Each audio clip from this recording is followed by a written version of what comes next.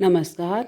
आज बच्चों रहीम के जो दोहे हैं उनके प्रश्नों के उत्तर को यहाँ हम समझेंगे। जो कि पहला हमारा जो प्रश्न है, प्रेम का धागा टूटने पर पहले की भांति क्यों नहीं आता। इस तरह आपके ये का, खा, गा, घा, ङा, च, छ, ज ये कुल 8 प्रश्न हैं। तो इनके विषय में हम जानेंगे कि पहला जो प्रश्न हमारा क्या हुआ, प्रेम का धागा टूटने पर पहले की भांति क्यों नहीं हो पाता।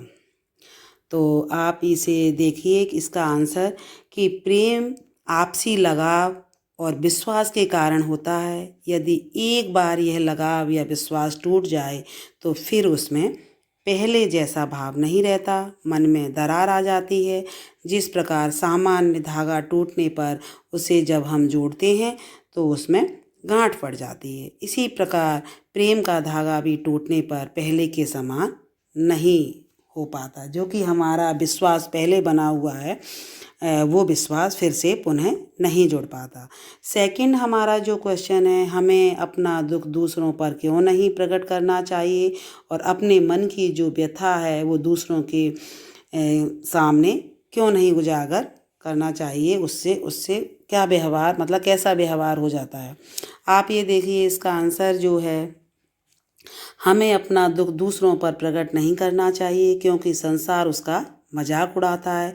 हमें अपना दुख दूसरों के अगर हम बताते हैं तो हम उनके सामने हंसी का पात्र बन जाते हैं, वो पीछे से हमारी मजाक भी बनाता है। तो हमें इस तरह का अपने कष्ट को अपने अंदर ही छिपा करके रखने की आवश्यकता है। प्रश्न हमारा जो गा है, रहीम ने सागर की अपेक्षा पंख जल को धन्य क्यों कहा है। प्रश्न नंबर जो हमारा गा है, रहीम ने सागर की अपेक्षा पंख जल को धन्य इसलिए कहा है क्योंकि सागर का जो जल है वो खारा होता है और वह किसी की भी प्यास नहीं बुझा सकता, जबकि पंख जल धन्य है जिसे पीकर छोटे छोटे से जीव की प्यास तृप्त हो जाती है, इसलिए उस कवि ने उसको धन्य कहा है। और जो हमारा ये घा वाला प्रश्न है,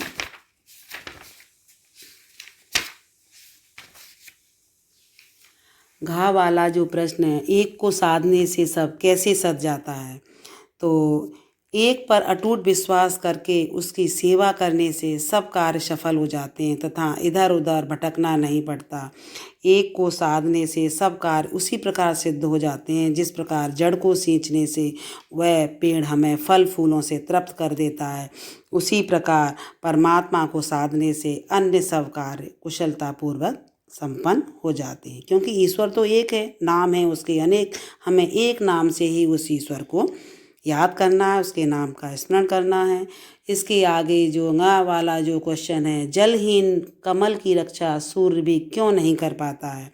तो यहाँ देखिए कि जलहीन कमल की रक्षा सूर्य भी इसलिए नहीं कर पाता क्योंकि जल से ही कमल की प्यास बुझती है, वह खिलता है और जीवन को पाता है। कमल की संपत्ति ही जल है।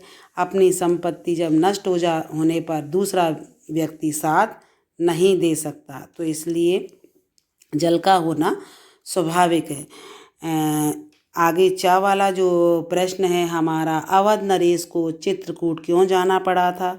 तो अवध नरेश श्री रामचंद्र अपने माता पिता की आज्ञा का पालन करने के लिए जब 14 वर्ष वनवास कर रहे थे तब वे चित्रकूट जैसे रमणीय वन में रुके थे। चित्रकूट मतलब एक आस्था का स्थान है, एक धार्मिक धर्म स्थल है।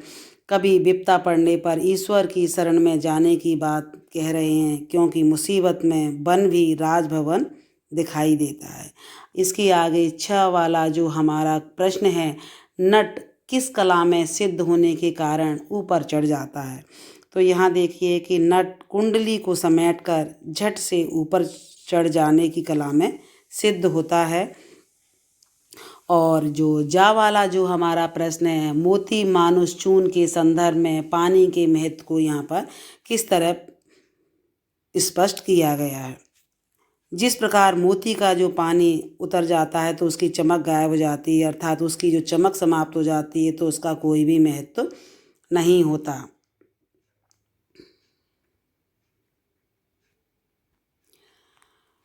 मनुष्य का पानी उतरने से आशय मनुष्य का मान सम्मान समाप्त हो जाता है। चून पानी से ही गूंथा जाता है और सूखा आटा पानी के बिना किसी का पेट भरने में सहायक नहीं हो सकता, उससे चपातियाँ नहीं बनाई जा सकती। इस प्रकार मोती की चमक, अगर पानी रहेगा तो मोती की चमक रहेगी, और पानी है तो मनुष्य का सम्मान, उसकी मान प्रतिष्ठा। और चून के लिए पानी का विशेष महत्व बताया गया है कि अगर पानी नहीं होगा तो उस आटे को गूंथा नहीं जा सकता और ना उसकी चपातियाँ बनाई जा सकती हैं। अब जो हमारा दूसरा प्रश्न है, निम्नलिखित का भाव स्पष्ट कीजिए। टूटे से फिर ना मिले, मिले गांठ पर जाए। ये का वाला है और ये खा है। सुन अठले हैं लोग सब, बांट न ले हैं कोई। अब आप इसे आगे देखेंगे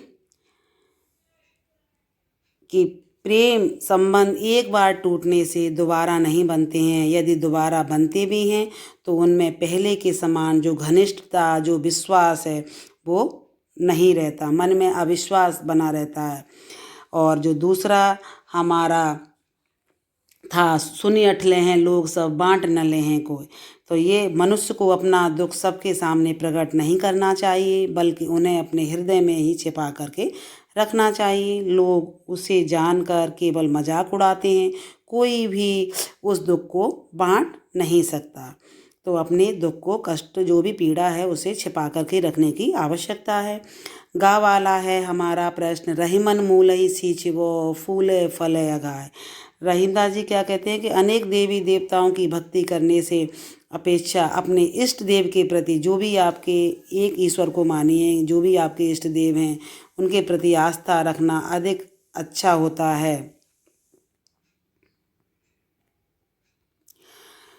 जिस प्रकार जड़ को सींचने से पेड़ के फूल पत्तों तक का पोषण हो जाता है और वह हमें फूल फलों से तृप्त कर देता है, उसी प्रकार इष्ट के प्रति ध्यान कर लें तो सांसारिक सुख स्वयं मिल जाता है। अब जो हमारा घा वाला जो प्रश्न है, ये आशय भाव, दीर्घ दोहा अर्थ के आखर थोरे आही।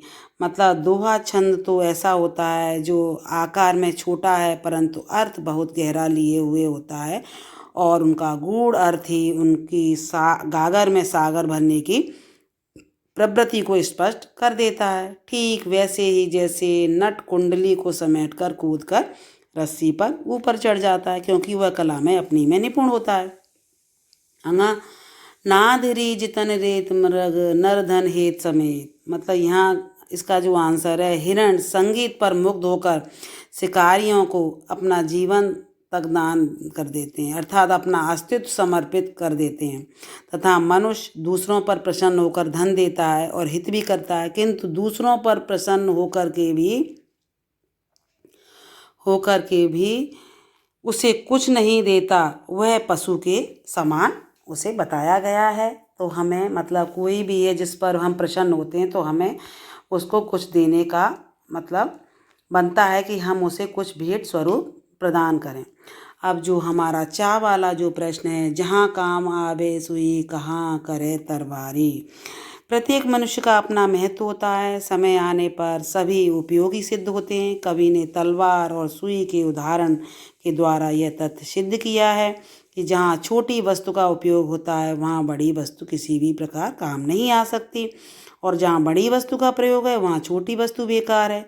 तो सुई जो काम करती है वह काम तलवार नहीं कर सकती, और जिस काम के लिए तलवार है वह काम सुई नहीं कर सकती। तो हर चीज़ को अपनी ही उपयोगिता होती है और हर किसी का अपनी जगह अस्तित्व है। अब जो छा वाला है, पानी गए न उबरे मोती मानुस चून। तो यहाँ पर इसका जो आंसर है, मोती में यदि चमक ना रहे तो वह व्यर्थ हो जाता है। यदि आत्मसम्मान ना बना करके रखे तो वह भी बेकार है। और सूखा आटा अगर पानी के बिना किसी का पेट भरने में सहायक नहीं होता, और पानी के बिना मोती, मनुष्य और चून नहीं उबर सकते तो मोती की चमक, मनुष्य का आत्मसम्मान व आटे की गूंथना सभी पानी के माध्यम से ही संभव होता है। तो इसे हमें पानी को बचा के रखना चाहिए। पानी का हमारे जीवन में विशेष महत्व है। अब हमारा जो प्रश्न नंबर 3 है, निम्नलिखित भाव को पाठ में किन पंक्तियों द्वारा अभिव्यक्त किया गया है। जिस पर विपदा पड़ती है वही इस देश में आता है, मतलब जा पर विपदा पड़त है सो आवत यह देश। कोई लाख कोशिश करे पर बिगड़ी बात फिर नहीं बन सकती, बिगड़ी बात बने नहीं लाख करो किनको। पानी के बिना सब सूना है, अतः पानी अवश्य रखना चाहिए। रहीमन पानी राखिए, बिन पानी सब सून। प्रश्न हमारा जो 4 है, उदाहरण के आधार पर पाठ में आए निम्नलिखित शब्दों के प्रचलित रूपों को लिखना है। जैसे उदाहरण के लिए यहाँ कोई, कोई, जे, जो, जैसे ज्यों और ये कुछ, नहीं, कोई, तो इनको आपको इसी तरह करना है। जैसे कि ज्यों, जैसे, धन्य, धन्य हो गए, कछ, कुछ, आखर, अक्षर, नहीं, नहीं, जीव, जीव, कोई, कोई, थोड़े, थोड़े।